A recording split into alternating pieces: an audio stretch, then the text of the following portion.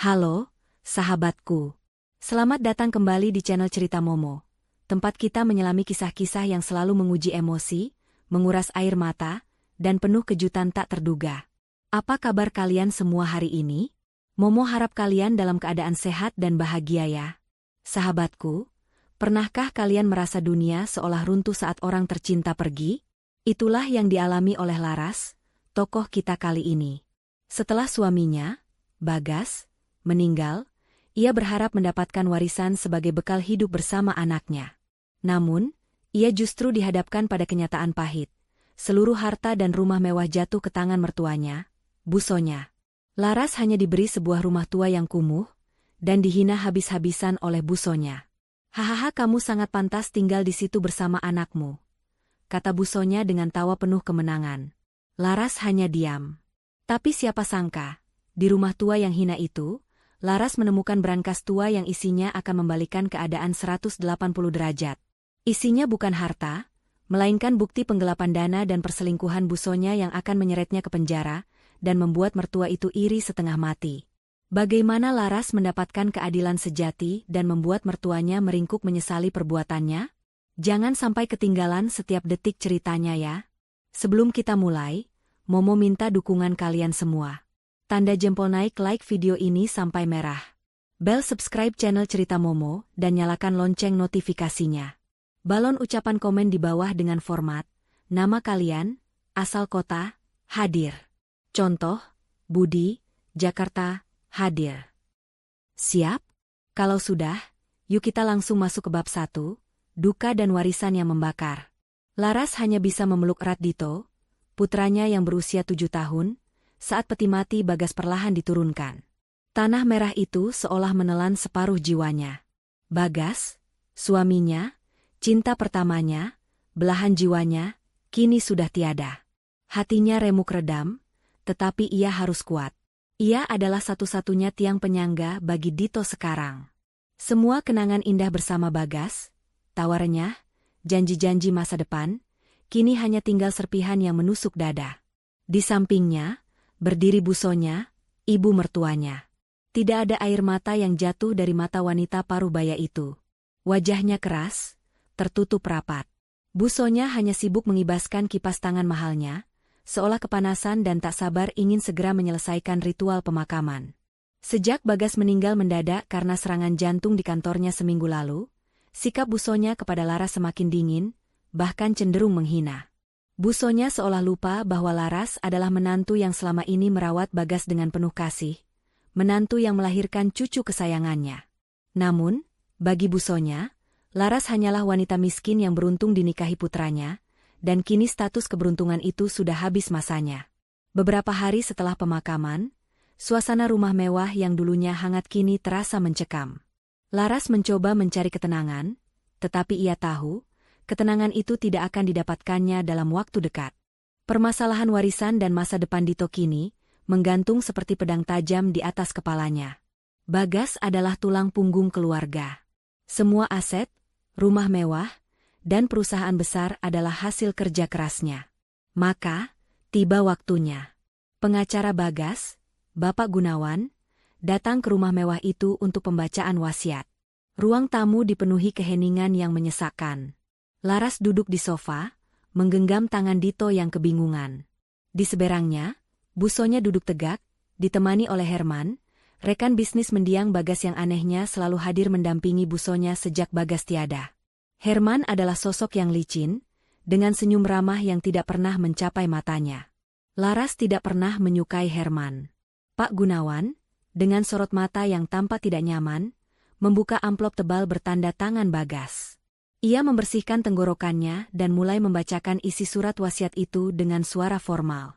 Berdasarkan surat wasiat almarhum Bapak Bagas Wijaya, tertanggal 3 bulan sebelum beliau wafat. Pak Gunawan berhenti sejenak, melirik ke arah Laras, lalu melanjutkan. Maka, semua aset perusahaan, saham mayoritas, uang tunai di rekening utama, dan rumah mewah ini, diwariskan sepenuhnya kepada Ibu Sonya Wijaya. Dunia Laras serasa berhenti berputar. Udara di sekitarnya menipis. Ia mendengar suara dengungan di telinganya. Apa? Seluruhnya? Ia menoleh ke arah Pak Gunawan, mencari konfirmasi, mencari setitik kesalahan dalam pengucapan itu. Bu Sonya tidak bisa menahan senyum puasnya. Senyum itu lebar, penuh kemenangan, dan Laras melihatnya sebagai tawa terbahak-bahak tanpa suara. Herman di samping Bu Sonya ikut tersenyum tipis, seolah tahu persis skenario ini akan terjadi. Pak Gunawan melanjutkan, nadanya terdengar semakin hati-hati. Untuk Nyonya Laras Wijaya. Laras menahan napas. Ia berharap Bagas meninggalkan sedikit saja harta yang cukup untuk masa depan Dito. Uang sekolah, biaya hidup, apapun. Almarhum Bagas mewariskan sebuah aset properti yang terletak di pinggiran kota, di Desa Cendana. Properti tersebut berupa rumah tua dengan status tanah hak guna bangunan yang akan dipindahtangankan atas nama Nyonya Laras Wijaya. Rumah tua? Laras mengerutkan kening. Ia belum pernah mendengar Bagas menyebut tentang rumah tua di Desa Cendana. Bagas selalu mengatakan ia sudah mencukupi semua kebutuhan Laras dan Dito. Mengapa harus rumah tua yang bahkan statusnya hak guna bangunan? Bu Sonya akhirnya angkat bicara, suaranya tajam dan menusuk. Rumah tua? Oh, aku ingat. Itu adalah properti mangkrak yang dibeli Bagas 5 tahun lalu hanya karena kasihan pada pemiliknya yang terlilit utang. Nilainya tidak seberapa, Laras. Itu hanyalah remah-remah.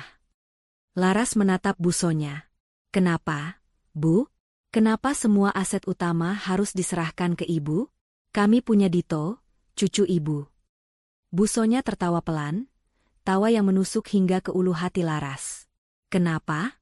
Karena Bagas tahu siapa yang pantas mendapatkan hartanya. Aku ini ibunya, yang membesarkan dia. Kau hanya menantu yang datang belakangan. Bagas pasti menyadari, rumah ini dan perusahaan lebih aman di tanganku daripada jatuh ke tangan wanita yang tidak tahu cara mengelola kekayaan seperti dirimu. Herman menambahkan, seolah mengompori. Ya, Laras.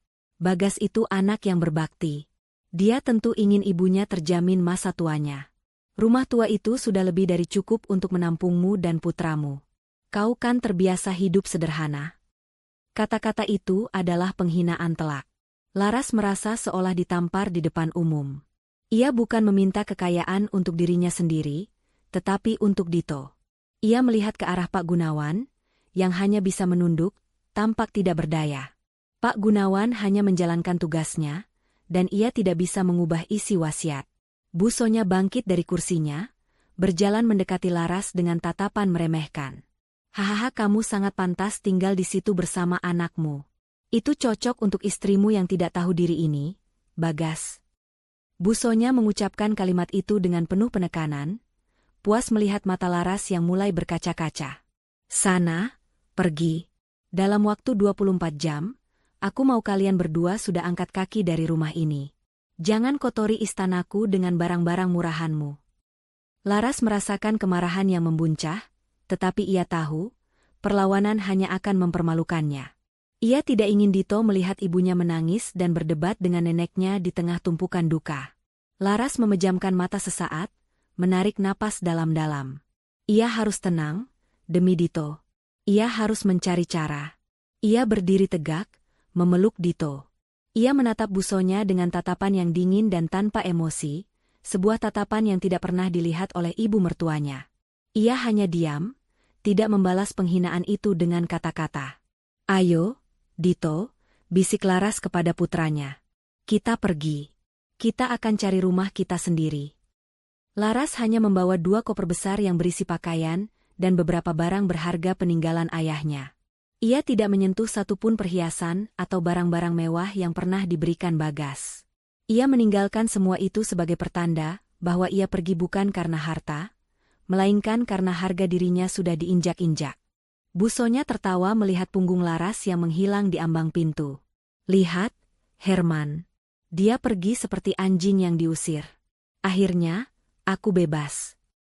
Herman hanya tersenyum simpul, matanya terlihat berpikir keras. Laras dan Dito kini berada di dalam taksi menuju Desa Cendana, tempat warisan mereka berada. Selama perjalanan, Laras mencari informasi tentang rumah itu. Desa Cendana adalah wilayah yang jauh dari pusat kota, terpencil, dan terkenal sepi. Foto yang ia temukan di internet menunjukkan sebuah rumah kayu yang sudah lapuk, ditumbuhi ilalang tinggi, dengan cat yang mengelupas di mana-mana. Jendela-jendela tampak pecah, dan suasana rumah itu seolah memancarkan aura kesuraman. Rumah itu benar-benar kumuh. Laras mencoba untuk tidak menangis. Ia harus kuat. Ia menoleh ke arah Dito, yang tertidur pulas di bahunya. Mama akan cari jalan, Nak. Kita akan mulai dari awal. Kita tidak butuh harta mereka, kita butuh kedamaian, bisiknya pelan. Setelah perjalanan yang panjang, taksi itu berhenti di depan gerbang berkarat. Di depannya, berdiri rumah tua yang sama persis dengan yang ada di foto. Halamannya ditutupi semak belukar setinggi pinggang. Bau apak dan lembab langsung menyeruak. Inilah tempat Laras harus memulai kehidupannya yang baru. Inilah warisan yang diberikan Bagas, suaminya yang sangat ia cintai. Laras membayar taksi, menarik kedua koper besar itu dengan susah payah. Ia membuka gerbang yang berderit nyaring, seolah meratapi nasibnya. Laras masuk ke dalam rumah. Debu tebal menyambutnya. Rumah itu kosong, hanya berisi beberapa perabot tua yang sudah rusak, dan udara yang sangat pengap. Malam pertama di rumah itu terasa dingin dan sunyi. Dito meringkuk ketakutan di samping Laras, yang hanya bisa menghibur putranya di atas kasur lipat tipis yang ia bawa. Laras tidak bisa tidur. Ia bangkit, menyalakan senter ponselnya, dan mulai memeriksa setiap sudut rumah. Ia tidak mencari harta, tetapi mencari pemahaman. Mengapa Bagas meninggalkan rumah ini untuknya? Saat menyinari sudut loteng yang sangat kotor, matanya menangkap sesuatu yang tidak biasa. Di balik tumpukan koran tua dan buku-buku yang dimakan rayap, ada sebuah kotak kayu yang bergeser. Laras mendorong tumpukan itu, dan di sana, tertanam di dalam dinding yang ditutupi oleh panel kayu usang, ada brankas besi tua berukuran sedang. Jantung Laras berdebar kencang. Ia belum pernah mendengar tentang brankas ini. Wajahnya langsung tegang. Tak kusangka aku menemukan brankas tua itu. Brankas itu terlihat sangat kuno, dengan kode putar yang sudah berkarat. Ini pasti benda peninggalan lama. Apakah Bagas menyembunyikan sesuatu di sini? Sesuatu yang sangat rahasia, sehingga ia menyembunyikannya di tempat yang tidak akan pernah dijamah oleh busonya? Mungkinkah ada pesan dari Bagas? Laras mengusap permukaan brankas itu. Ia mencoba memutarnya, tetapi sia-sia. Brankas itu terkunci rapat, seolah menjaga sebuah rahasia besar yang bisa mengubah segalanya. Laras kembali ke kasur lipatnya, mencoba tidur. Namun, pikirannya terus tertuju pada brankas tua itu. Ia tahu, ia tidak boleh menyerah. Ia harus mencari tahu apa isi brankas itu. Ia merasa, nasibnya dan nasib Dito, entah bagaimana, tergantung pada misteri di balik besi tua yang berkarat itu. Kekuatan baru mulai tumbuh dalam dirinya, sebuah tekad untuk membongkar misteri ini dan melawan semua ketidakadilan yang ia terima dari busonya. Inilah awal dari perjuangan Laras, bukan untuk membalas dendam, tetapi untuk mendapatkan keadilan yang seharusnya menjadi miliknya. Di rumah mewah yang kini sepenuhnya menjadi miliknya, busonya merasa seperti ratu yang baru saja memenangkan tahta. Pengusiran Laras adalah kemenangan terbesarnya, penutup drama panjang yang selama ini ia mainkan di balik punggung Bagas. Setelah Laras menghilang dari pandangan, busonya menoleh ke arah Herman yang masih duduk santai di sofa. Tawa busonya pecah, tawa yang lepas, memuaskan, dan penuh penghinaan, bergema di ruang tamu yang dulunya ramai oleh kehangatan keluarga. Bagaimana? Sempurna, bukan? Kata busonya, menyeka sudut matanya yang kering, bukan karena air mata kesedihan, melainkan karena kegembiraan yang meluap-luap. Aku bilang juga apa, Herman? Wanita itu tidak akan berani melawan. Dia tahu dia bukan tandingan kita. Rumah ini akhirnya sepenuhnya milikku.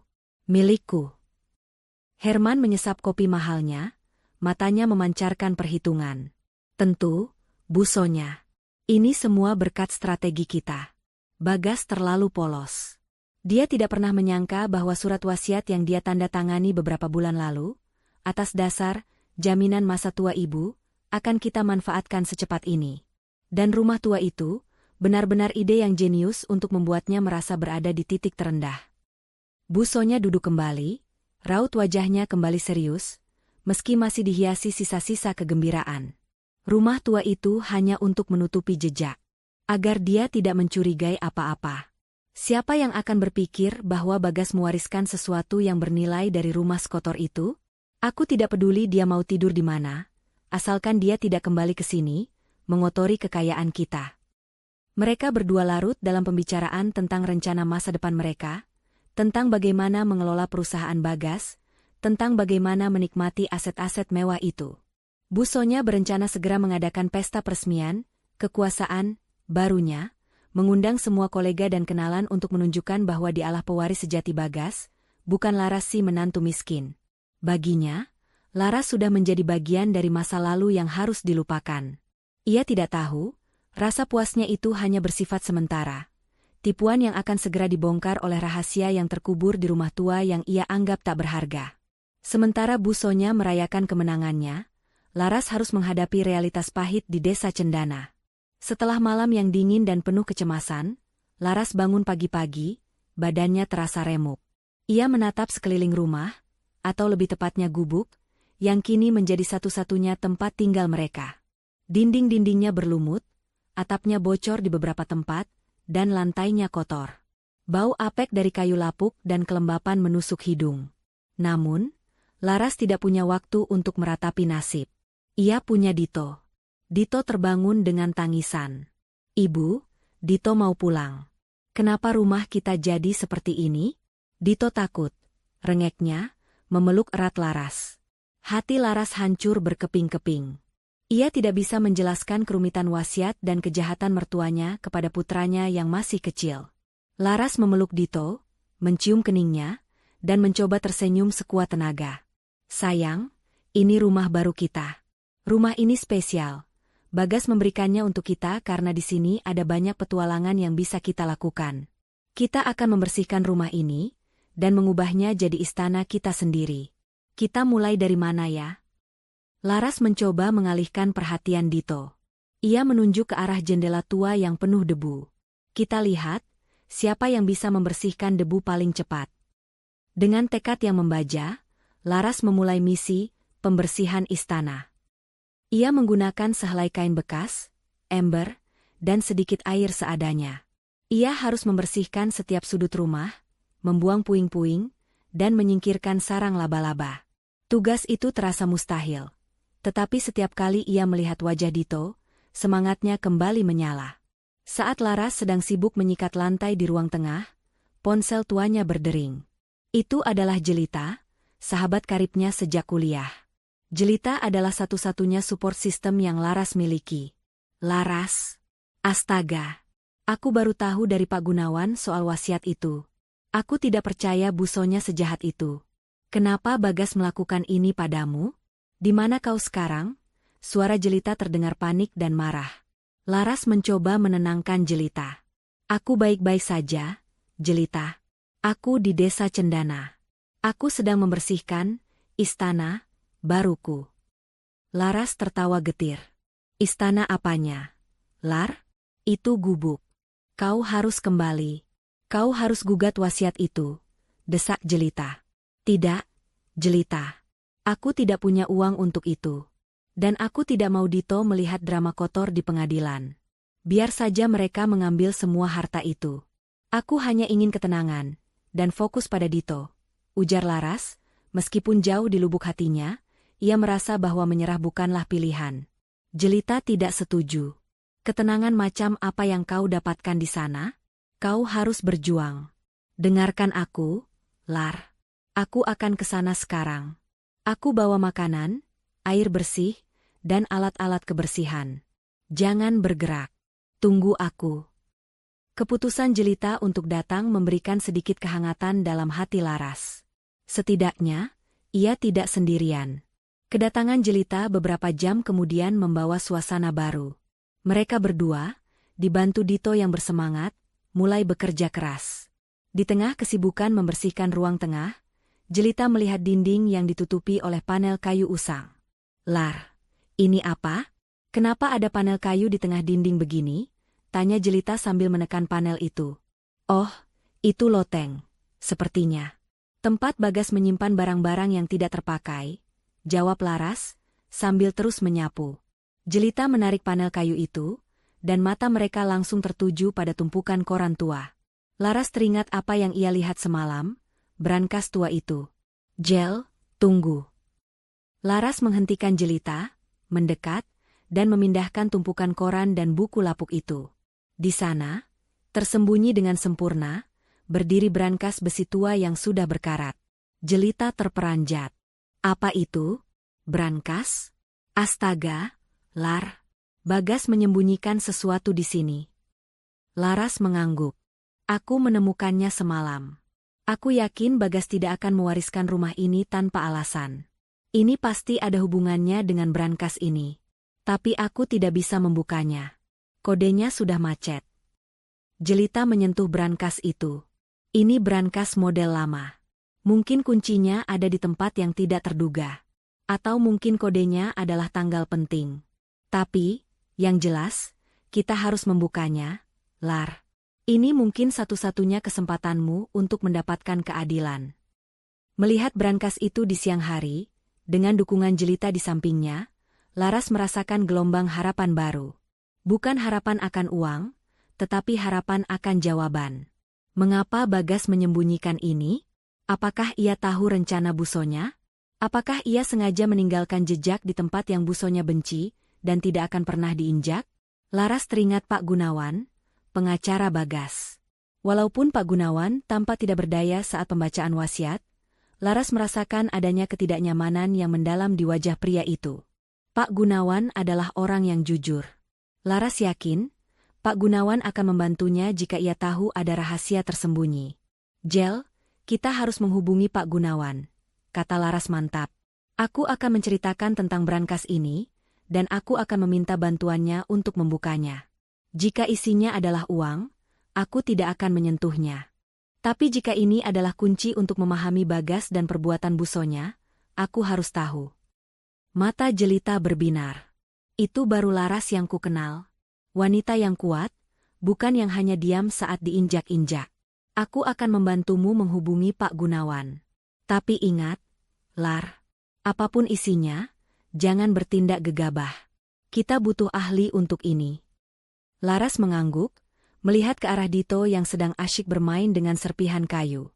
Ia berjanji pada dirinya sendiri, demi masa depan anaknya, ia tidak akan lagi diam. Ia akan mengubah rumah tua kumuh ini menjadi markas perjuangannya. Tawa puas Busonya harus dibungkam oleh kebenaran. Malam itu, Laras berhasil tidur sedikit lebih nyenyak. Harapan yang dibawa oleh brankas tua itu, ditambah kehadiran Jelita, memberinya kekuatan untuk menghadapi hari esok.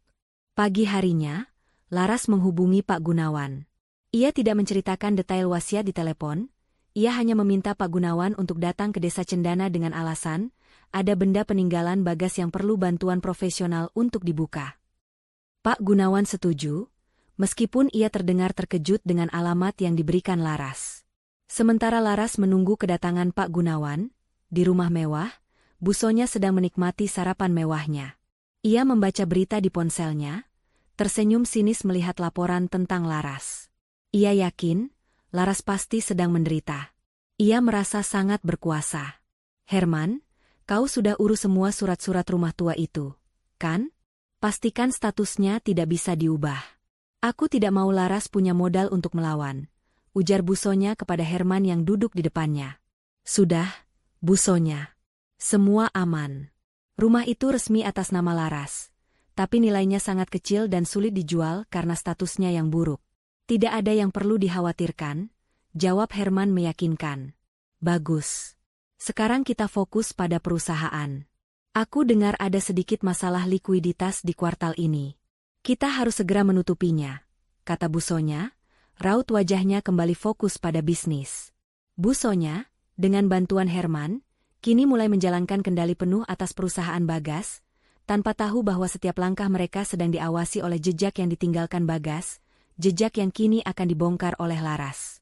Busonya tertawa lagi, tawa yang penuh kesombongan, tidak menyadari bahwa tawa itu adalah tawa terakhir sebelum bencana besar menghantamnya. Hari itu, suasana di rumah tua desa Cendana dipenuhi ketegangan yang bercampur harapan. Laras sudah membersihkan bagian depan rumah sebersih mungkin, meskipun debu dan bau apek masih sulit dihilangkan. Dito bermain di halaman depan, dijaga oleh Jelita, sementara Laras duduk gelisah menunggu kedatangan Pak Rahmat. Laras tahu, Pak Rahmat adalah satu-satunya jembatan penghubungnya dengan masa lalu Bagas yang misterius. Jika Pak Rahmat tidak bisa membantu, maka rahasia di dalam brankas tua itu mungkin akan terkunci selamanya. Tak lama kemudian, sebuah mobil sedan mewah berhenti di depan gerbang berkarat. Pak Rahmat turun dengan setelan jas rapi. Melihat kondisi rumah yang sangat kontras dengan lingkungan kerjanya, raut wajah Pak Rahmat tampak terkejut sekaligus prihatin. Ia tidak menyangka Laras, menantu dari mendiang kliennya yang kaya raya, harus tinggal di tempat yang sedemikian buruk. Nyonya Laras, maafkan saya. Saya benar-benar terkejut melihat Anda di sini, ujar Pak Rahmat, memberikan salam. Tidak apa-apa, Pak. Inilah tempat tinggal saya sekarang. Mari masuk, jawab Laras, suaranya berusaha terdengar kuat. Laras membawa Pak Rahmat langsung ke loteng tempat brankas itu berada. Ia menjelaskan secara singkat bagaimana ia menemukan brankas itu, persis setelah busonya mengusirnya. Laras mengakhiri ceritanya dengan tatapan penuh harap. Saya yakin Bagas tidak mungkin meninggalkan rumah ini tanpa alasan. Saya mohon bantuan Bapak untuk membuka brankas ini. Pak Rahmat mendekati brankas besi tua yang berkarat itu. Ia memeriksanya dengan teliti. Ini adalah brankas keluaran lama. Sistem kuncinya kombinasi putar manual, tetapi sepertinya sudah berkarat. Sayangnya, saya tidak punya alat spesialis untuk membuka brankas, Nyonya. Tapi saya bisa menghubungi seseorang. Saya punya kenalan yang sangat ahli dalam hal ini, seorang spesialis kunci terpercaya. Laras menghela napas lega. Terima kasih banyak, Pak. Saya tidak peduli dengan isinya berupa uang, saya hanya ingin tahu apa maksud Bagas. Pak Rahmat mengangguk. Ia melihat ketulusan di mata Laras. Sebagai pengacara yang mengenal Bagas dengan baik, Pak Rahmat merasa ada sesuatu yang tidak beres dengan wasiat yang dibacakan. Wasiat itu terlalu berat sebelah, tidak mencerminkan Bagas yang sangat mencintai istri dan anaknya. Pak Rahmat berjanji untuk membawa spesialis itu sore nanti. Sore harinya, spesialis kunci yang diperkenalkan Pak Rahmat datang. Pria yang tampak tenang dan profesional itu mulai bekerja. Laras, Pak Rahmat, dan Jelita berdiri di kejauhan, menahan napas. Suara gesekan logam yang mencoba menembus kunci tua itu memenuhi keheningan. Prosesnya memakan waktu lebih dari 2 jam. Keringat membasahi dahi spesialis itu, menunjukkan betapa sulitnya membuka brankas yang sudah puluhan tahun tidak tersentuh. Akhirnya, terdengar bunyi klik yang nyaring, seperti bunyi musik kemenangan. Pintu brankas berderi terbuka, menampakkan kegelapan di dalamnya. Laras mendekat, jantungnya berdebar kencang. Ia mengira akan menemukan tumpukan uang tunai yang mungkin disiapkan Bagas sebagai cadangan, atau mungkin perhiasan berharga. Namun, yang ia temukan adalah sesuatu yang jauh lebih penting. Di dalam brankas, tidak ada satupun uang atau perhiasan. Hanya ada 2 benda. Sebuah USB flash drive berwarna hitam, yang tampak modern dan terawat, diselipkan dalam kantong plastik kedap air. Beberapa map coklat tebal yang diikat rapi. Map-map itu berisi dokumen perbankan lama, salinan laporan keuangan perusahaan Bagas, dan beberapa kertas dengan tulisan tangan Bagas di marginnya. Laras mengambil flash drive itu dengan tangan gemetar. Rasa kecewa karena tidak adanya harta langsung hilang digantikan oleh rasa penasaran yang besar. Bagas pasti sengaja menyembunyikan dokumen-dokumen ini di tempat raman yang busonya tidak akan pernah sentuh. Pak Rahmat mengambil salah satu map. Ia mulai membolak-balik dokumen yang berisi salinan-salinan laporan keuangan. Wajahnya semakin lama semakin mengeras. Ia melihat angka-angka yang mencurigakan, dana-dana besar yang ditransfer ke akun yang tidak dikenal, dan beberapa pinjaman perusahaan yang seolah-olah ditutup, tetapi tidak ada bukti pembayaran yang jelas. Nyonya Laras, kata Pak Rahmat, suaranya rendah dan serius. Ini adalah dokumen yang sangat sensitif. Salinan laporan keuangan ini menunjukkan adanya manipulasi dana besar di perusahaan Bagas selama 3 tahun terakhir. Ada dana yang jumlahnya sangat fantastis, hilang tanpa jejak yang jelas. Saya khawatir ini mengarah pada dugaan penggelapan. Jelita terperanjat. Penggelapan? Siapa yang berani menggelapkan dana di perusahaan Bagas? Laras menunjuk flash drive di tangannya. Mungkin jawabannya ada di sini, jelita. Bagas pasti tahu tentang ini. Ia sengaja meninggalkan jejak di sini. Pak Rahmat menyadari bahwa ia tidak bisa berlama-lama di rumah tua itu. Dokumen ini terlalu berbahaya untuk dibahas di tempat terbuka. Ia segera memasukkan semua map dan flash drive itu ke dalam tas kerjanya. Nyonya, kita harus segera memindahkan ini ke tempat yang aman dan menganalisisnya. Saya akan membawa dokumen-dokumen ini ke kantor saya. Saya akan meminta tim forensik digital untuk mencoba membuka flash drive ini. Biasanya, Bagas sangat ahli dalam enkripsi. Kita harus bersiap, Nyonya. Jika ini benar dugaan penggelapan, maka pelakunya adalah orang terdekat Bagas. Orang terdekat? Laras menggumam, pikiran segera tertuju pada Busonya dan Herman. Busonya yang dengan mudahnya mengambil alih perusahaan, dan Herman yang selalu mendampinginya. Laras merasa tubuhnya didera gelombang dingin. Jika Busonya terlibat dalam penggelapan, maka seluruh drama wasiat dan pengusiran ini adalah upaya untuk menutupi kejahatan itu. Rasa dukanya bercampur dengan amarah yang dingin. Ini bukan lagi tentang harta, ini tentang kebenaran dan keadilan untuk Bagas. Malam itu, setelah Pak Rahmat dan spesialis kunci pergi, Laras tidak bisa memejamkan mata. Ia menceritakan kecurigaannya kepada Jelita. Aku yakin, Busonya terlibat, Jelita. Tawa puasnya saat pembacaan wasiat, caranya mengusirku secepat kilat. Semuanya terasa seperti upaya panik untuk menguasai aset dan menghilangkan jejak. Laras mengepalkan tangannya. Bagas pasti sudah tahu. Dia tidak memberi Busonya wasiat karena berbakti, tapi karena Bagas ingin membiarkan Busonya memegang aset kotor itu, sementara ia meninggalkan petunjuk bersih untukku di sini. Jelita menyentuh bahu Laras. Kau benar, Lar. Busonya pasti tidak menyangka Bagas punya rencana cadangan. Tapi kita harus hati-hati. Jika Busonya benar-benar menggelapkan dana, dia pasti punya kaki tangan, dan dia tidak akan segan-segan melakukan hal lain yang lebih buruk untuk menutupi kejahatannya. Aku tidak takut lagi, Jelita. Mereka sudah mengambil segalanya dariku, bahkan rumah yang seharusnya menjadi milikku. Aku tidak akan membiarkan mereka lolos setelah apa yang mereka lakukan pada Bagas dan Dito, kata Laras, tekadnya kini sekuat baja. Laras menghabiskan beberapa hari berikutnya di rumah tua, membersihkan sisa-sisa kekacauan, dan mencoba menciptakan lingkungan yang lebih baik untuk Dito. Rumah itu masih kumuh, tetapi kini terasa seperti benteng rahasia. Ia menunggu kabar dari Pak Rahmat dengan hati berdebar. Ia tahu, setelah flash drive itu terbuka, pertempuran sesungguhnya baru akan dimulai.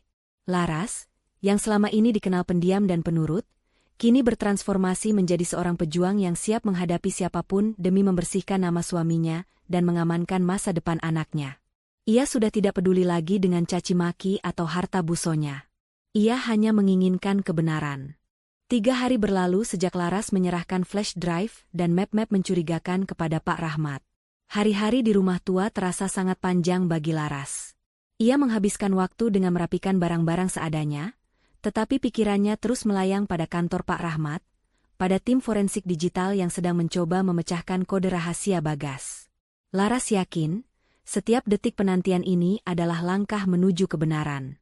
Pada hari keempat, Laras menerima telepon dari Pak Rahmat, suaranya terdengar sangat serius, bahkan sedikit tegang. Nyonya Laras, Anda harus datang ke kantor saya sekarang. Flash drive itu berhasil kami buka, kata Pak Rahmat tanpa basa-basi. Informasi di dalamnya jauh lebih buruk dari yang kita duga. Ini bukan sekadar penggelapan dana biasa. Laras merasakan adrenalin mengalir deras. Ia meminta Jelita menjaga Dito dan segera berangkat menuju kantor pengacara Pak Rahmat di pusat kota. Perjalanan jauh itu terasa singkat karena pikirannya dipenuhi spekulasi. Setibanya di kantor Pak Rahmat, Laras langsung dibawa ke ruang konferensi yang tertutup rapat. Di sana, Pak Rahmat dan seorang ahli forensik digital sudah menunggunya. Di layar besar terpampang berbagai file yang tertata rapi, hasil kerja mendiang Bagas. Nyonya Laras, Bagas meninggalkan jejak digital yang luar biasa terperinci. Jelas Pak Rahmat, menunjuk layar. Kode enkripsinya adalah tanggal pernikahan Anda. Sebuah kode yang hanya akan diketahui oleh Anda. Ini menunjukkan Bagas memang mempersiapkan ini semua khusus untuk Anda. Laras merasakan sentuhan emosional. Suaminya yang telah tiada, ternyata masih melindunginya. Baik, mari kita fokus pada isi file ini, lanjut Pak Rahmat.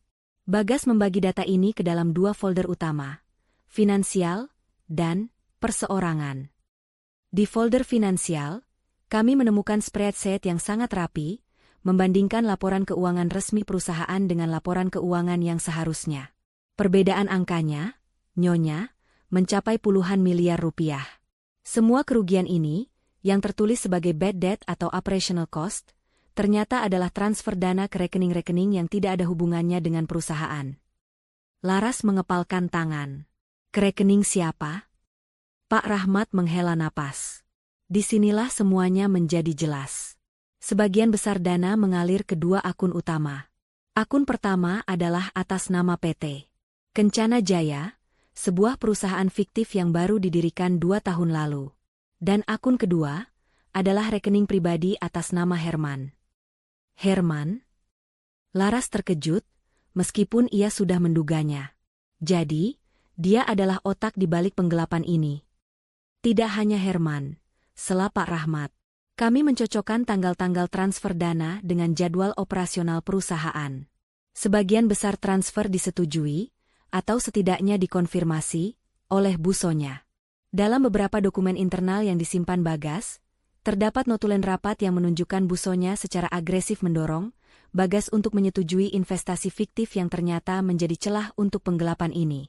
Herman hanyalah pelaksana lapangan, Nyonya. Dalangnya adalah Bu Sonya. Laras menutup mulutnya dengan tangan, berusaha menahan rasa mual. Mertuanya yang ia hormati, ternyata adalah penipu ulung yang bahkan tega menguras harta putranya sendiri. Bagas pasti tahu, Pak, ujar Laras, suaranya bergetar. Dia pasti tahu, dan inilah sebabnya dia meninggal mendadak. Tekanan menghadapi kenyataan bahwa ibunya sendiri adalah pengkhianat perusahaan. Kemungkinan besar begitu, Nyonya, kata Pak Rahmat prihatin. Bagas mungkin tidak punya waktu untuk bertindak, sehingga dia meninggalkan semua ini untuk Anda. Pak Rahmat kemudian membuka folder kedua, perseorangan. Isi folder ini lebih mengejutkan dan lebih pribadi. Di dalamnya terdapat rekaman suara, screenshot percakapan, dan foto-foto yang disimpan secara anonim. Bagas tidak hanya mencurigai penggelapan dana. Jelas Pak Rahmat, raut wajahnya menunjukkan ketidaknyamanan. Dia juga mencurigai adanya hubungan lain antara Bu Sonya dan Herman. Laras memandang layar, matanya terpaku pada file audio pertama yang diputar Pak Rahmat. Suara yang diputar adalah suara Bagas yang sedang berbicara dengan seseorang di telepon. Suaranya terdengar frustrasi. Aku sudah pasang kamera itu di kantor lama, Bu. Aku butuh bukti nyata. Aku tidak percaya ini, Ibu dan Herman. Setelah semua yang Ayah berikan, ini bukan hanya tentang uang, ini tentang kehormatan keluarga. Rekaman suara itu berhenti. Laras merasakan hawa dingin menjalari punggungnya. Bagas telah memasang kamera rahasia. Pak Rahmat menjelaskan, rekaman ini menjadi petunjuk. Nyonya, kami belum menemukan rekaman dari kamera itu. Tapi kami menemukan screenshot percakapan antara Bu Sonya dan Herman, di mana mereka membahas rencana perjalanan bisnis ke luar kota, yang mana ternyata tidak ada dalam jadwal resmi perusahaan. Mereka juga menggunakan panggilan sayang yang sangat intim. Pak Rahmat menunjukkan screenshot itu di layar, dan Laras melihatnya dengan mata memerah. Percakapan itu jelas dan vulgar. Itu adalah bukti nyata bahwa Herman dan Bu Sonya bukan hanya rekan bisnis, tetapi juga terlibat dalam hubungan terlarang, perselingkuhan. Bagas pasti mengetahui hubungan terlarang ini saat ia mulai menyelidiki kasus penggelapan. Laras merasa seluruh bebannya terangkat. Sekarang ia mengerti semuanya. Wasiat yang janggal, pengusiran yang kejam, tawa penuh kemenangan Bu Sonya. Semuanya adalah upaya untuk menutupi 2 kejahatan besar. Penggelapan dana dan perselingkuhan yang dilakukan oleh Bu Sonya bersama Herman. Bu Sonya ingin menguasai perusahaan sebelum Bagas sempat membongkar kejahatan mereka. Laras bangkit, raut wajahnya tenang tetapi matanya memancarkan tekad yang membara. Ia telah mendapatkan kebenaran yang ia cari. Pak Rahmat, kata Laras, suaranya kini penuh otoritas, kita punya bukti untuk menjatuhkan mereka, tidak hanya dari sisi warisan, tetapi juga dari sisi pidana. Bagas meninggalkan semua ini bukan hanya agar saya dapat uang, tetapi agar keadilan ditegakkan. Saya tidak ingin lagi bernegosiasi. Saya ingin mereka menghadapi konsekuensi penuh dari hukum. Pak Rahmat tersenyum, melihat perubahan besar pada diri kliennya. Laras yang dulunya pendiam, kini telah berubah menjadi wanita yang kuat dan berani. Saya siap, Nyonya Laras. Kita akan memulai langkah hukum sekarang juga. Kita akan siapkan gugatan pembatalan wasiat, dan yang lebih penting, kita akan siapkan laporan pidana berdasarkan bukti penggelapan ini. Tapi, kita butuh satu bukti terakhir, keberadaan Herman. Kita harus mencari tahu apakah dia masih bekerja di perusahaan atau sudah melarikan diri. Laras mengangguk. Saya akan mencari tahu keberadaan Herman. Saya punya satu orang yang bisa diandalkan. Saya tidak akan membiarkan Herman dan Bu Sonya menikmati kekayaan dari hasil kejahatan dan pengkhianatan ini. Laras meninggalkan kantor Pak Rahmat dengan rasa lega yang bercampur dengan amarah. Sekarang, ia memiliki senjata terkuat yang ditinggalkan suaminya. Kebenaran. Ia siap melangkah maju, kembali ke rumah tua itu, dan memulai rencana perlawanan yang dingin dan terstruktur, untuk membersihkan nama Bagas dan mengamankan masa depan Dito. Setelah meninggalkan kantor Pak Rahmat, Laras langsung menemui Jelita. Pertemuan dilakukan di sebuah kafe kecil di pinggir kota, jauh dari jangkauan mata-mata Bu Sonya. Laras menceritakan semua yang ia temukan di flash drive. Bukti penggelapan puluhan miliar yang didalangi Bu Sonya dan Herman, serta bukti perselingkuhan mereka. Jelita mendengarkan dengan raut wajah yang berubah-ubah antara terkejut, marah, dan jijik. Astaga, Lar, aku tidak menyangka Bu Sonya sejahat ini, bisik Jelita, mencoba meredam suaranya. Dia bukan hanya mertua yang jahat, dia kriminal. Dia menghancurkan perusahaan Bagas dan mengkhianati putranya sendiri. Laras mengangguk. Matanya dingin dan penuh perhitungan. Mereka berdua melakukannya. Herman adalah pelaksana, Bu Sonya adalah dalang. Dan wasiat yang dibacakan adalah upaya mereka untuk membersihkan panggung, menguasai aset yang sudah mereka korup, dan menyingkirkanku agar aku tidak bisa menyelidiki. Lalu, apa rencana kita sekarang? Kita harus membalas mereka, Lar, desak Jelita, penuh semangat. Pak Rahmat sudah mulai menyusun laporan pidana dan gugatan pembatalan wasiat. Tapi kita butuh lebih. Kita harus memastikan Herman tidak kabur. Dan kita harus mencari tahu, apakah ada bukti fisik lain yang disimpan Bagas, atau bahkan bukti yang bisa kita ambil langsung dari perusahaan. Jelas Laras. Ia kini berbicara dengan intonasi seorang strategis, sangat berbeda dengan Laras yang pendiam dulu. Jelita, yang bekerja sebagai wartawan investigasi lepas, menawarkan keahliannya. Aku bisa membantu melacak Herman. Aku punya koneksi di bidang keamanan siber dan intelijen data. Kita bisa memantau pergerakan keuangannya. Jika dia mulai menjual aset atau menarik dana besar, itu sinyal dia akan kabur. Laras menyetujui ide itu. Fokus pertama adalah memantau Herman. Herman adalah kunci. Jika Herman ditangkap, Bu Sonya akan panik dan pertahanannya akan runtuh. Malam itu, Jelita memulai misinya. Ia menggunakan jaringannya untuk mendapatkan data perbankan dan transaksi properti Herman. Hanya butuh waktu 24 jam bagi Jelita untuk menemukan informasi penting. Lar, kau harus lihat ini. Jelita menelepon Laras keesokan harinya, suaranya tercekat. Herman tidak hanya menggelapkan dana, dia sudah membelanjakannya di luar negeri. Dia baru saja membeli sebuah properti mewah di Singapura, atas nama perusahaan offshore fiktif. Dan yang lebih gila, dia memesan 2 tiket pesawat ke luar negeri, satu atas namanya, dan satu lagi atas nama Bu Sonya, untuk keberangkatan minggu depan. Laras terdiam. Minggu depan? Mereka merencanakan pelarian. Mereka tahu Bagas menyimpan rahasia, atau mereka mulai mencium bau penyelidikan. Kita tidak punya banyak waktu, Jelita. Mereka harus dicegah sebelum sempat kabur dan menghilangkan semua jejak. Laras segera menghubungi Pak Rahmat. Pak Rahmat terkejut mendengar kecepatan rencana pelarian Bu Sonya dan Herman. Nyonya Laras, ini mengubah segalanya, kata Pak Rahmat serius. Saya harus segera melayangkan laporan pidana ke pihak berwajib hari ini juga. Dengan bukti yang Anda berikan, ditambah rencana pelarian mereka, kita bisa mengajukan permohonan penahanan dan pembekuan aset darurat. Tapi untuk itu, Kita butuh satu bukti lagi yang melibatkan Busonya secara langsung, bukti fisik yang tidak bisa ia bantah. Bukti fisik? Tanya Laras. Ya, mungkin catatan tangan, buku besar rahasia, atau rekaman CCTV dari Bagas. Kita tahu Bagas memasang kamera di kantor lama.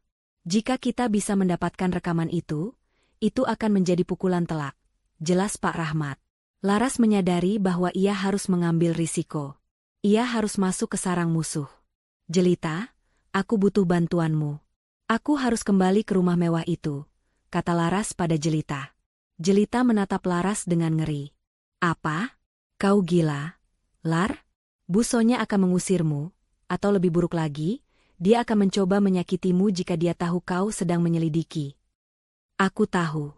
Tapi Bagas dulu sering bekerja di ruang kerjanya yang terkunci. Ada sebuah lemari besi kecil yang sering ia gunakan untuk menyimpan dokumen-dokumen penting perusahaan. Aku tidak yakin. Tapi mungkin kamera CCTV atau buku catatan rahasianya ada di sana. Aku harus mengambilnya malam ini, sebelum mereka kabur. Tekad Laras. Laras menyusun rencana yang sangat berisiko.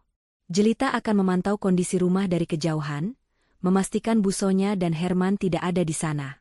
Sementara itu, Laras akan menyelinap masuk melalui pintu belakang yang ia tahu kuncinya sering rusak dan mudah dibuka.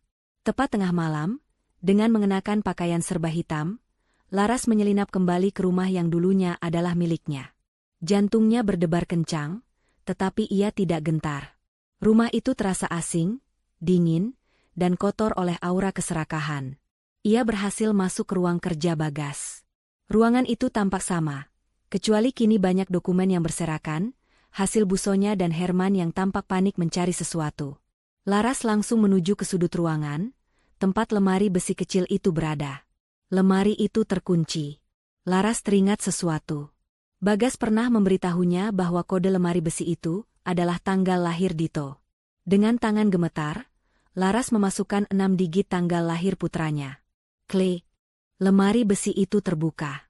Di dalamnya, Laras menemukan beberapa benda penting.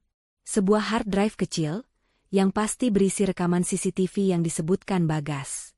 Sebuah buku catatan bersampul kulit yang tebal, berisi tulisan tangan Bagas tentang semua transaksi mencurigakan, tanggal perselingkuhan, dan kecurigaannya terhadap Busonya. Beberapa surat perjanjian yang ditandatangani oleh Busonya yang mengatasnamakan Bagas tanpa persetujuan resmi. Laras segera memasukkan semua benda itu ke dalam tas kecilnya. Ia baru saja akan pergi ketika ia mendengar suara mobil yang masuk ke halaman. Busonya dan Herman pulang. Laras panik. Ia segera mengunci kembali lemari besi itu dan menyelinap ke balik tirai tebal di sudut ruangan. Busonya dan Herman masuk ke dalam rumah. Suara mereka terdengar marah dan tegang. Aku bilang, Herman, aku tidak suka caramu mengelola krisis ini. Bentak Busonya, suaranya tajam. Aku melihat tadi ada mobil asing parkir di ujung jalan. Aku yakin Laras sedang mengawasi kita. Tenang, Busonya. Kita sudah mengamankan semuanya. Laras tidak punya apa-apa. Dia hanya tinggal di gubuk reot itu. Jawab Herman, terdengar gugup. Yang penting sekarang, kita harus segera membatalkan tiket keberangkatan yang terlalu cepat.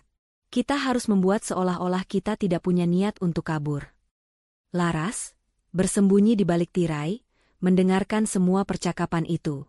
Busonya dan Herman sedang panik. Mereka mencium bahaya. Lagi pula, rumah ini segera akan aku jual, lanjut Busonya. Aku tidak mau ada kenangan Bagas di sini. Setelah kita pindah, kita akan hidup mewah dengan uang yang kita ambil. Laras menguatkan diri. Ia harus pergi sekarang juga. Ia menunggu saat Busonya dan Herman masuk ke kamar utama. Laras segera menyelinap keluar, napasnya tersengal-sengal. Ia berhasil. Ia membawa bukti yang akan menjerat mereka. Pagi harinya, Laras dan Pak Rahmat bertemu. Pak Rahmat terkejut dan memuji keberanian Laras. Hard drive dan buku catatan Bagas kini ada di tangannya. Nyonya Laras, ini dia, bukti fisik yang kita butuhkan. Seru Pak Rahmat penuh semangat, membolak-balik buku catatan Bagas. Ini adalah catatan lengkap transaksi gelap dan tanggal perselingkuhan Busonya. Dengan hard drive rekaman CCTV ini, kita akan membuat mereka tidak bisa berkutik. Saya akan segera mengajukan laporan pidana resmi ke kepolisian hari ini juga, dengan bukti yang tidak terbantahkan ini. Setelah ini, semuanya akan menjadi urusan hukum, Nyonya. Perang kita telah dimulai. Laras menatap keluar jendela, menuju arah rumah mewah yang kini akan segera berganti status menjadi tempat kejadian perkara. Ia tidak lagi melihat dirinya sebagai istri yang diusir, tetapi sebagai alat keadilan yang dibawa oleh suaminya yang telah tiada. Ia telah mendapatkan kebenaran, dan sekarang waktunya kebenaran itu berbicara. Pak Rahmat tidak membuang waktu. Segera setelah menerima hard drive dan buku catatan Bagas dari Laras, ia memanggil tim forensik digitalnya lagi. Prioritas utama adalah menganalisis rekaman CCTV yang disimpan Bagas. Mereka yakin, hard drive itu akan menjadi bukti kunci yang mengikat Busonya dan Herman pada kejahatan ganda, korupsi perusahaan dan pengkhianatan pribadi. Proses analisis berjalan lambat karena Bagas menyimpannya dengan enkripsi berlapis, memastikan bahwa hanya orang yang benar-benar ahli yang bisa mengaksesnya. Setelah seharian penuh bekerja, ahli forensik akhirnya berhasil. Mereka menemukan ratusan file video yang merekam aktivitas di kantor lama Bagas, tempat di mana Bagas mencurigai banyak hal terjadi. Pak Rahmat memanggil Laras untuk datang ke kantor lagi keesokan harinya. Suasana di ruang konferensi kali ini terasa lebih mencekam daripada sebelumnya. Pak Rahmat tidak lagi hanya menunjukkan spreadsheet dan screenshot percakapan. Nyonya Laras, ini adalah rekaman video yang kami ekstrak dari hard drive, kata Pak Rahmat sambil menunjuk layar. Rekaman ini merekam aktivitas di kantor lama Bagas dalam kurun waktu 1 tahun terakhir. Kami sudah menyaringnya dan menemukan klip-klip kunci. Klip pertama diputar. Itu adalah rekaman Busonya dan Herman di kantor Bagas, bukan saat Bagas ada, melainkan larut malam. Mereka tampak sedang membahas dokumen-dokumen yang sama yang dicatat Bagas di buku catatannya. Mereka berbicara tentang angka-angka, tentang bagaimana menutup celah di laporan keuangan agar tidak terendus audit. Percakapan itu jelas mengarah pada skema penggelapan dana yang terorganisir. Mereka terlihat sangat tenang dan terencana, seolah perbuatan itu sudah menjadi rutinitas. Laras menyaksikan dengan mata dingin. Ia tidak lagi terkejut, hanya merasa jijik melihat betapa liciknya mertuanya dan Herman, bekerja sama merampok harta suaminya. Dan ini, Nyonya, adalah bukti yang paling sulit, ujar Pak Rahmat, wajahnya menunjukkan ketidaknyamanan.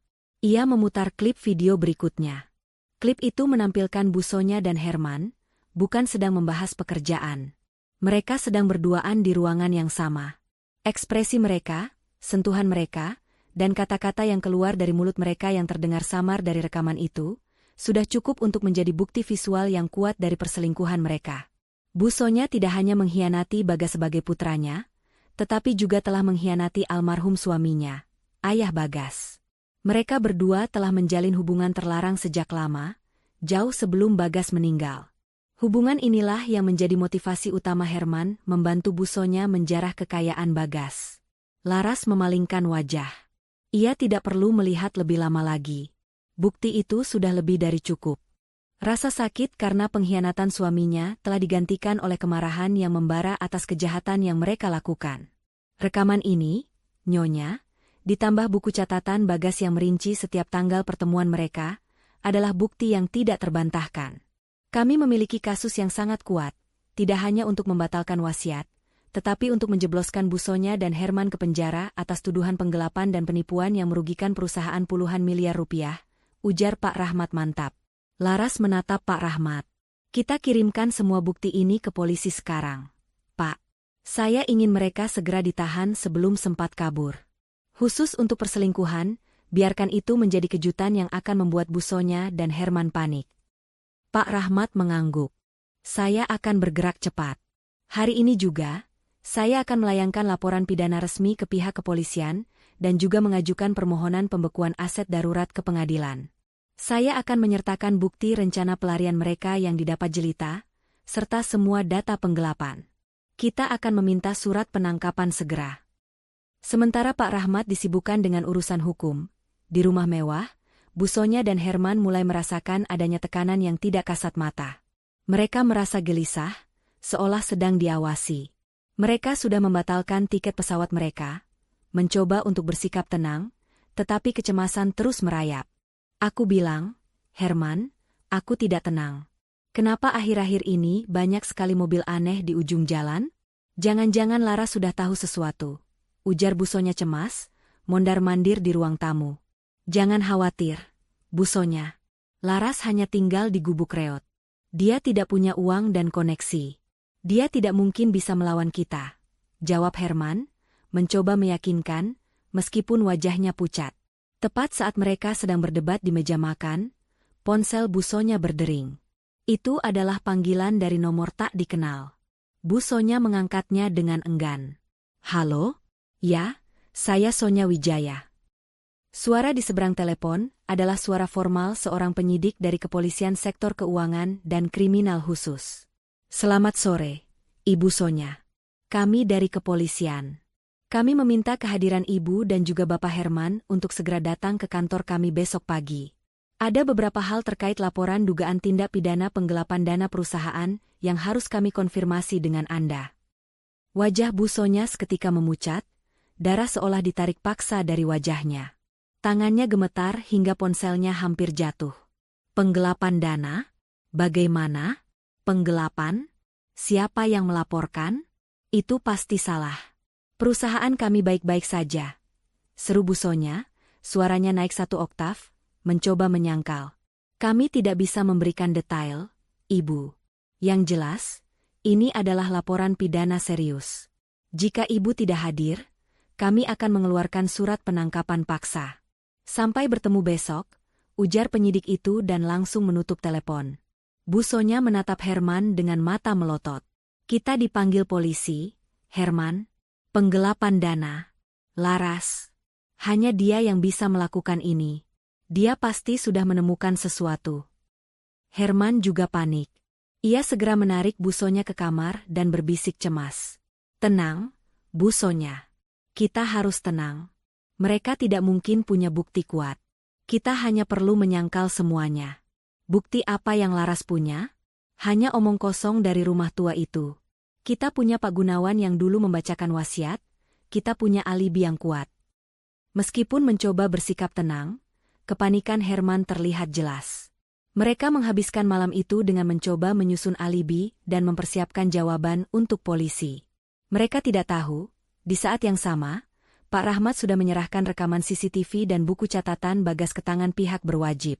Mereka berpikir pertempuran mereka adalah melawan wasiat, padahal yang menanti mereka adalah jeruji besi. Sementara itu, Laras berada di rumah tua, menikmati ketenangan yang jarang ia rasakan. Jelita datang membawakan makan malam dan kabar gembira. Laras, Pak Rahmat baru saja mengirim pesan. Laporan pidana sudah resmi dilayangkan. Panggilan pertama sudah dikirimkan kepada Bu Sonya dan Herman. Perangkap sudah dipasang. Seru Jelita bersemangat. Laras tersenyum. Bukan senyum puas, melainkan senyum kelegaan. Ia telah memenuhi janjinya pada Bagas. Kebenaran perlahan mulai terkuak. Ia tidak lagi harus diam. Ia tahu, setelah ini, giliran mereka yang akan meringkuk dan menyesali perbuatan mereka, sementara ia dan Dito akan mendapatkan kembali kehidupan yang seharusnya menjadi milik mereka. Babak baru perjuangan ini telah dimulai, perjuangan untuk menegakkan keadilan sejati. Panggilan dari kepolisian itu telah menghancurkan ketenangan palsu Bu Sonya. Wajahnya tidak lagi memancarkan kesombongan, melainkan ketakutan yang mendalam. Bersama Herman, ia menghabiskan malam dengan saling menyalahkan. Ini pasti Laras. Herman, siapa lagi yang tahu tentang transfer dana di kuartal ketiga itu selain kita berdua dan Laras? Bagas pasti meninggalkan sesuatu untuknya. Dan di mana dia menyembunyikannya? Tentu saja di rumah tua kumuh itu. Bentak Bu Sonya, panik. Tidak mungkin, Bu Sonya. Brankas di rumah Bagas yang lama sudah kita kosongkan semua. Rumah tua itu bahkan tidak punya lemari yang layak. Laras tidak mungkin menemukan apa-apa. Balas Herman, meskipun suaranya tidak lagi meyakinkan. Kecurigaan Bu Sonya dan Herman tertuju pada satu titik. Rumah tua di Desa Cendana. Mereka sadar, mereka terlalu meremehkan rumah itu dan menantunya yang pendiam. Jika ada bukti, itu pasti berasal dari sana. Mereka harus bergerak sebelum besok pagi datang. Mereka harus kembali ke rumah itu, menakut-nakuti Laras, dan mencari tahu apa yang telah ia temukan. Tepat menjelang fajar, saat desa masih diselimuti kabut, mobil busonya yang mewah berhenti jauh dari pandangan rumah Laras.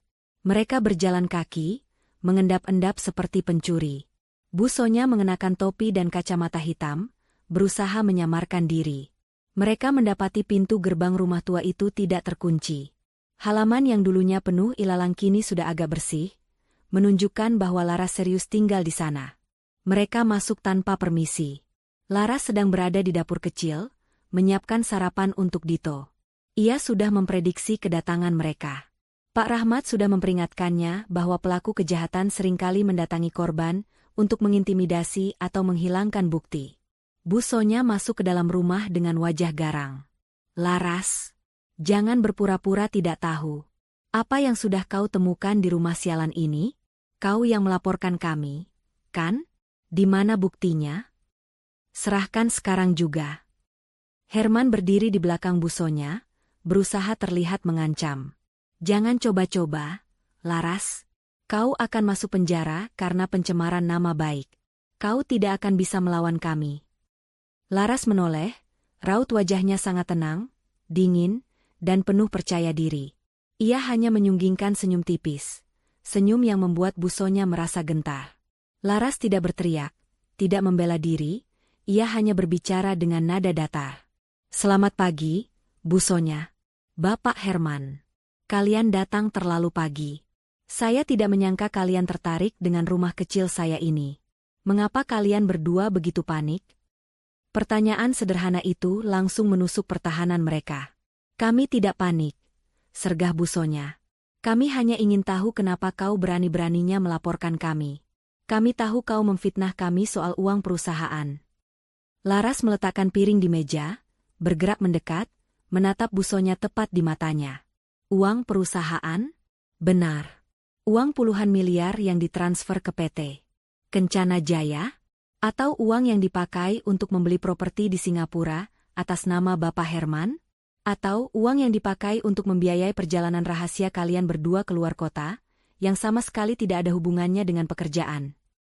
Seketika, wajah busonya dan Herman berubah pucat pasi. Laras tidak hanya tahu tentang penggelapan, tapi ia tahu detail yang seharusnya hanya diketahui oleh mereka dan almarhum Bagas. Bahkan rencana pelarian mereka pun diketahui Laras. "Kakau, bagaimana kau tahu tentang Singapura?" Herman tergagap, suaranya pecah. Laras tersenyum lagi, senyum misterius yang membuat Herman semakin gemetar. "Kebenaran selalu menemukan jalannya, Bapak Herman. Bagas meninggalkan lebih dari sekadar rumah tua. Dia meninggalkan jejak. Jejak yang akan menjerat kalian berdua." Busonya mencoba menguasai keadaan. "Omong kosong. Kau hanya mengarang cerita. Kau tidak punya bukti. Di mana flash drive itu? Di mana dokumennya?" Ia berjalan mendekati Laras dengan niat untuk menggeledah. Laras tidak menghindar. Ia justru mengambil satu langkah maju. "Dokumen? Bapak Herman, apakah Bapak ingat kapan terakhir kali Bapak dan Ibu Sonya berada di kantor mendiang suami saya larut malam, merayakan keberhasilan transfer dana terakhir, sambil merayakan hubungan terlarang kalian?" Kata, "hubungan terlarang," itu bagaikan ledakan di ruangan itu. Bu Sonya terdiam membeku. Ia tidak menyangka Laras tahu tentang perselingkuhannya dengan Herman. Bu Sonya menoleh ke arah Herman dengan tatapan penuh tuduhan. Herman, yang tadinya mencoba mengintimidasi, kini hanya bisa menunduk. Tahu bahwa semua pertahanan mereka telah runtuh. "Kakau yang membocorkannya, Herman," bisik Bu Sonya, amarahnya beralih ke Herman. "Kau bilang hanya aku yang tahu. Kau menghancurkan segalanya." "Bukan aku, Bu Sonya. Itu Bagas. Bagas pasti meninggalkan rekaman. Aku sudah bilang ini semua terlalu cepat. Seharusnya kita tidak mengambil alih perusahaan secepat ini." Herman membalas dengan suara panik. Laras menyaksikan adegan saling menyalahkan itu dengan puas. Jebakan mentalnya berhasil. Ia tidak perlu mengangkat satu jari pun. Mereka sudah mulai menghancurkan diri mereka sendiri. "Kalian tidak perlu khawatir mencari bukti di sini," ujar Laras, nadanya terdengar seperti seorang hakim. "Semua bukti, termasuk rekaman perselingkuhan dan dokumen penggelapan, sudah aman di tangan pihak berwajib. Sekarang, kalian tidak punya waktu untuk mencari bukti. Kalian punya waktu untuk menyiapkan alibi untuk panggilan besok pagi. Bu Sonya menjerit kecil, suaranya penuh keputusasaan. Mereka telah kalah. Mereka dijerat oleh jebakan yang disiapkan oleh Bagas, di tempat yang paling mereka remehkan, dan diakhiri oleh Laras, menantu yang mereka anggap bodoh. Bu Sonya menatap Laras dengan mata penuh kebencian dan kekalahan. Ia tahu, permainan sudah berakhir. Ia dan Herman segera bergegas keluar dari rumah tua itu, terburu-buru, meninggalkan Laras yang kini berdiri tegak, sang ratu keadilan di istana reotnya sendiri. Keesokan harinya, kantor kepolisian di pusat kota dipenuhi ketegangan. Bu Sonya dan Herman tiba dengan wajah yang sudah tidak karuan. Mereka berpakaian rapi, mencoba menampilkan citra sebagai pengusaha yang dihormati, tetapi mata mereka tidak bisa menyembunyikan rasa takut. Mereka berdua yakin akan bisa menyangkal semua tuduhan yang mereka anggap hanya fitnah dari Laras. Mereka langsung dibawa ke ruang interogasi terpisah. Penyidik mulai dengan pertanyaan formal mengenai operasional perusahaan mendiang Bagas. Bu Sonya, dibantu oleh pengacara yang buru-buru ia sewa, mencoba menjawab dengan tenang. Ia menyangkal keras adanya penggelapan dana. Itu hanya salah paham, Pak Penyidik. Kami hanya melakukan restrukturisasi keuangan yang biasa terjadi setelah seorang pemimpin meninggal, ujar Bu Sonya. Nadanya masih mencoba menunjukkan otoritas. Laras, menantu saya, hanyalah wanita yang sakit hati karena tidak mendapat warisan yang ia inginkan. Dia memfitnah kami. Di saat yang sama, Herman menghadapi pertanyaan yang sama, tetapi ia jauh lebih panik. Ia berulang kali menyangkal hubungannya dengan Bu Sonya dan transfer uang ke rekening pribadinya, tetapi ia mulai terjebak dalam detail yang ia lupa. Sementara mereka berdua diinterogasi, di ruangan terpisah, Laras duduk ditemani Pak Rahmat. Hari itu, Laras tidak datang sebagai pelapor, tetapi sebagai saksi kunci yang membawa kebenaran. Di atas meja di depan Pak Rahmat terhampar semua senjata andalannya, buku catatan tebal Bagas, salinan dokumen transaksi fiktif, dan yang paling ditakuti Bu Sonya dan Herman, hard drive berisi rekaman CCTV. Pak Penyidik, kata Pak Rahmat dengan nada tegas kepada penyidik yang bertanggung jawab atas kasus ini.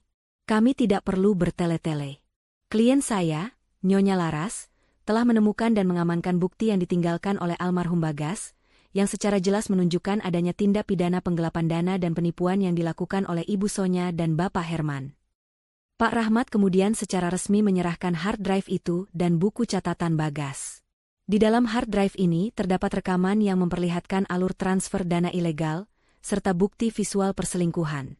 Buku catatan ini adalah jurnal Bagas tentang semua detail yang mereka sembunyikan. Penyidik menerima bukti-bukti itu dengan raut wajah yang berubah serius. Mereka segera memanggil tim ahli forensik digital untuk memverifikasi isi rekaman tersebut. Beberapa jam kemudian, tim ahli memberikan konfirmasi, rekaman itu asli dan menunjukkan aktivitas ilegal yang jelas. Penyidik memanggil Bu Sonya dan Herman kembali ke ruangan. Wajah mereka kini menunjukkan kemarahan yang dingin. Ibu Sonya, Bapak Herman, kata penyidik itu, nadanya kini berubah profesional dan mengancam. Kami sudah mendapatkan semua bukti yang kami butuhkan. Ini adalah hard drive dari almarhum Bagas, yang berisi rekaman aktivitas Anda di kantor larut malam. Rekaman itu bukan hanya menunjukkan detail tentang transfer dana puluhan miliar ke rekening fiktif dan rekening Bapak Herman, tetapi juga menunjukkan adanya hubungan asmara terlarang antara Anda berdua. Dan ini, penyidik menunjuk buku catatan itu, adalah catatan tangan Bagas sendiri tentang bagaimana Anda berdua menguras aset perusahaannya. Wajah Bu Sonya dan Herman benar-benar hancur. Mereka tidak bisa lagi menyangkal. Bukti yang paling mereka takuti, rekaman perselingkuhan mereka, kini ada di tangan polisi. Herman menatap Bu Sonya, matanya penuh tuduhan. Bu Sonya membalas, rasa takutnya kini berubah menjadi kebencian pada Herman. Tepat pada momen keputusasaan mereka, pintu ruangan terbuka, dan masuklah Laras, ditemani Pak Rahmat. Laras berdiri tegak di ambang pintu. Ia tidak perlu berbicara. Kehadirannya saja sudah merupakan hukuman terberat bagi Bu Sonya. Bu Sonya menatap Laras dengan mata yang penuh amarah dan kekalahan. Ia mengerti. Laras tidak hanya membalas dendam, tetapi Laras telah menuntaskan keadilan yang ditinggalkan putranya. Tawa penuh kemenangan yang Bu Sonya miliki kini hilang sepenuhnya. "Nyonya Laras," ujar penyidik, "terima kasih atas kerja sama Anda. Berdasarkan bukti yang tidak terbantahkan ini, kami memiliki alasan kuat untuk mengeluarkan surat penahanan sementara terhadap Ibu Sonya dan Bapak Herman, serta surat pembekuan dan penyitaan aset mereka." Bu Sonya mencoba bangkit, berteriak menyangkal, tetapi sudah terlambat. Ia dan Herman segera digiring keluar ruangan. Laras hanya diam, menyaksikan kehancuran mereka. Tugasnya sudah selesai. Ia telah menyerahkan kebenaran kepada pihak yang berhak. Setelah diinterogasi dan bukti-bukti tak terbantahkan diserahkan oleh Laras dan Pak Rahmat, proses hukum berjalan cepat. Pengadilan segera mengeluarkan surat perintah penahanan resmi terhadap Bu Sonya dan Herman atas tuduhan penggelapan dana dan penipuan yang merugikan perusahaan mendiang Bagas. Momen penangkapan Bu Sonya menjadi sorotan. Ia ditangkap di lobi kantor pengacaranya saat ia mencoba menyusun strategi banding. Tidak ada lagi tawa kemenangan atau aura kekuasaan yang ia pancarkan. Wajahnya yang pucat dan mata yang kosong menunjukkan kekalahan total. Ia digiring oleh petugas kepolisian dengan tangan di borgol, menjadi tontonan para kolega bisnis yang selama ini ia banggakan. Berita tentang penangkapan mendadak Bu Sonya dan rekan bisnisnya, Herman, menjadi headline di berbagai media, mengguncang dunia bisnis kota itu. Pada saat yang sama, Pak Rahmat mengajukan gugatan pembatalan wasiat ke pengadilan. Dengan bukti yang sama, Pak Rahmat membuktikan bahwa wasiat yang memindahkan seluruh aset kepada Bu Sonya adalah bagian dari skema kejahatan untuk menutupi penggelapan dana. Hakim memutuskan bahwa wasiat itu tidak sah dan semua aset yang diwariskan kepada Bu Sonya, termasuk rumah mewah dan saham perusahaan, harus disita negara terlebih dahulu sebagai barang bukti tindak pidana dan untuk menutupi kerugian perusahaan. Sore harinya, keramaian terjadi di depan rumah mewah yang dulu menjadi istana Bu Sonya. Polisi dan petugas dari kejaksaan datang membawa truk dan memasang papan pemberitahuan, aset sitaan negara, di depan gerbang. Semua perhiasan, mobil mewah, dan bahkan perabotan mahal di dalamnya dikeluarkan dan dimasukkan ke dalam truk. Pemandangan itu disaksikan oleh para tetangga yang dulu sangat menghormati Bu Sonya. Mereka berbisik-bisik, tidak percaya bahwa wanita yang tampak anggun itu ternyata adalah seorang kriminal. Rumah yang tadinya menjadi simbol kemewahan dan kekuasaan, kini menjadi simbol kejatuhan yang memalukan. Di kantor polisi, Bu Sonya dan Herman ditempatkan di sel terpisah, semakin menjauhkan mereka dari kenyataan dan dari satu sama lain. Tanpa Herman, Bu Sonya tidak punya siapa-siapa. Pengacara yang ia sewa segera mengundurkan diri setelah melihat bukti-bukti perselingkuhan dan penggelapan yang sangat kuat. Bu Sonya kini harus menghadapi rasa dinginnya lantai penjara. Ia memikirkan rumah mewahnya yang disita, rekeningnya yang dibekukan, dan nama baiknya yang hancur. Ia mulai teringat pada Laras, menantu yang ia hina dan usir ke rumah tua kumuh. Ia menyesali semua kata-kata yang ia ucapkan saat itu. Ia tidak menyangka, Laras yang pendiam, yang ia anggap bodoh dan tidak berdaya, justru menjadi penyebab utama kehancurannya. Ia telah kalah. Sementara itu, di rumah tua, Laras menerima kabar tentang penangkapan dan penyitaan itu dari Jelita dan Pak Rahmat. Laras tidak bersorak atau tertawa puas. Ia hanya merasakan ketenangan yang dalam. "Tugas kita belum selesai, Nyonya Laras," ujar Pak Rahmat. "Setelah semua aset disita, kita akan mengajukan gugatan pembagian warisan yang sah. Dengan terbuktinya kejahatan mereka, hak waris Anda dan Dito akan sepenuhnya dipulihkan. Keadilan untuk Bagas hampir sempurna." Laras menatap Dito yang sedang tersenyum ceria, tidak tahu betapa besar perjuangan yang baru saja dilalui ibunya. Laras mengangguk, tahu bahwa babak terakhir, babak untuk mendapatkan kembali hak mereka, akan segera dimulai. Beberapa bulan berlalu. Proses hukum atas kasus penggelapan dana dan penipuan yang melibatkan Bu Sonya dan Herman akhirnya mencapai puncaknya. Di ruang sidang, Bu Sonya dan Herman mendengarkan vonis hakim dengan kepala tertunduk. Semua bukti yang ditinggalkan Bagas, ditambah kesaksian Laras dan analisis Pak Rahmat, tidak memberikan ruang sedikitpun bagi mereka untuk membela diri. Keduanya divonis bersalah dengan hukuman penjara yang setimpal. Pada sidang putusan perdata, pengadilan secara resmi membatalkan wasiat yang memenangkan Bu Sonya. Hakim memutuskan bahwa Laras dan Dito adalah ahli waris sah Bagas. Seluruh aset yang disita, termasuk saham mayoritas perusahaan, harta tunai, dan rumah mewah, kini dikembalikan kepada ahli waris yang berhak, Laras dan putranya. Keadilan sejati telah ditegakkan. Namun, Laras membuat keputusan yang mengejutkan. Ia tidak kembali ke rumah mewah yang dulu busonya rebut. Rumah itu terlalu penuh dengan kenangan buruk, keserakahan, dan pengkhianatan.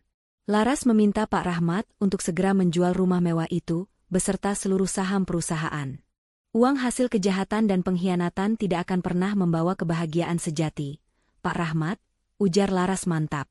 Saya tidak ingin Dito tumbuh di lingkungan yang penuh dengan racun keserakahan. Kami tidak butuh kekayaan yang berlimpah, kami butuh kedamaian.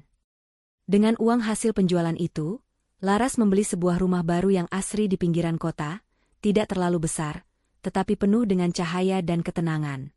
Ia juga menggunakan sebagian dana itu untuk mendirikan usaha catering kecil dengan bantuan jelita.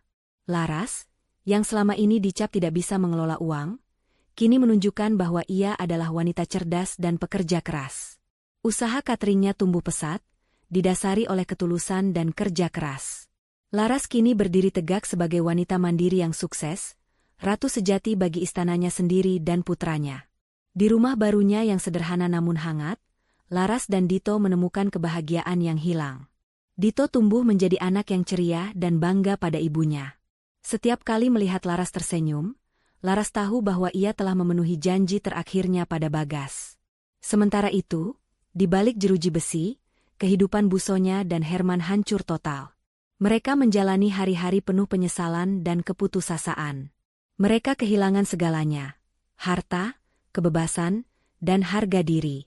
Busonya, yang dulunya hidup serba mewah, kini harus hidup dalam keterbatasan. Ia sering teringat pada Laras, menantu yang ia hina di rumah tua kumuh. Ia baru sadar, tawa penuh kemenangan yang ia berikan pada Laras dulu, kini berbalik menjadi air mata pahit penyesalan. Busonya dan Herman menyadari, kekayaan yang mereka curi tidak bisa membawa mereka kemana-mana, selain ke tempat yang paling gelap. Laras tidak lagi memikirkan mereka. Ia fokus pada masa depan Dito dan bisnisnya. Ia berhasil mengubah nasib buruk menjadi sebuah awal yang baru. Ia membuktikan bahwa martabat dan kebenaran jauh lebih berharga daripada semua kekayaan dunia.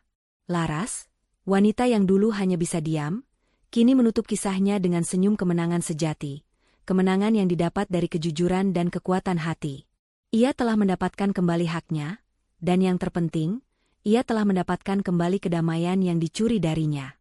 Pesan moral singkat: kebenaran, martabat, dan keadilan akan selalu menemukan jalannya. Keserakahan dan kebohongan, sekecil apapun, akan berakhir dengan kehancuran dan penyesalan yang tak terhindarkan.